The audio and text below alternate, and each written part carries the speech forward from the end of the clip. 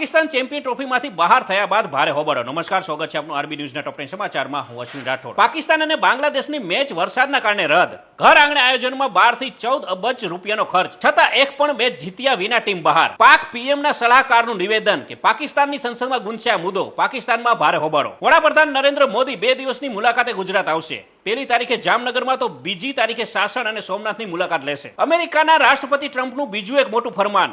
30 દિવસની અંદર અમેરિકાની સેનામાંથી ટ્રાન્સજેન્ડર સૈનિકો હટાવવામાં આવશે. નાગરિકતા હોવા છતાં બિન અમેરિકનોને અમેરિકામાંથી હાંકી કાઢવામાં આવશે. ટ્રમ્પ લાવશે નવો કાયદો. ચીનની સેનાને સીધો પડકાર આપવા માટે ભારત અરુણાચલ સરહદે 1400 કિલોમીટર લાંબો હાઈવે બનાવશે. પંજાબમાં વધુ એક પરાક્રમ. પોર્ટફોલિયો વગરના મંત્રી પછી નકલી ઓર્ડર પર 57 કર્મચારીઓની બદલી. સંયુક્ત રાષ્ટ્ર પરિષદની બેઠકમાં ભારતે પાકિસ્તાનને ખખડાવી નાખ્યું. બીજાના દાન ઉપર નભતા નિષ્ફળ દેશે બીજાને દાન ન આપવું જોઈએ. ચીની વૈજ્ઞાનિકોને લઈને અમેરિકાનું મોટું નિવેદન. કહ્યું, ચીની વૈજ્ઞાનિકો પણ વિશ્વસનીય નથી. મહાકુંભને લઈને રેલ મંત્રી અશ્વિની વૈષ્ણવીનું નિવેદન. મહાકુંભ દરમિયાન 16,000 થી વધુ ટ્રેનો ચલાવવામાં આવી હતી. ઇન્દિરા ગાંધી ઇન્ટરનેશનલ એરપોર્ટ પરથી ગાંજાની હેરાફેરીનો પર્દાફાશ.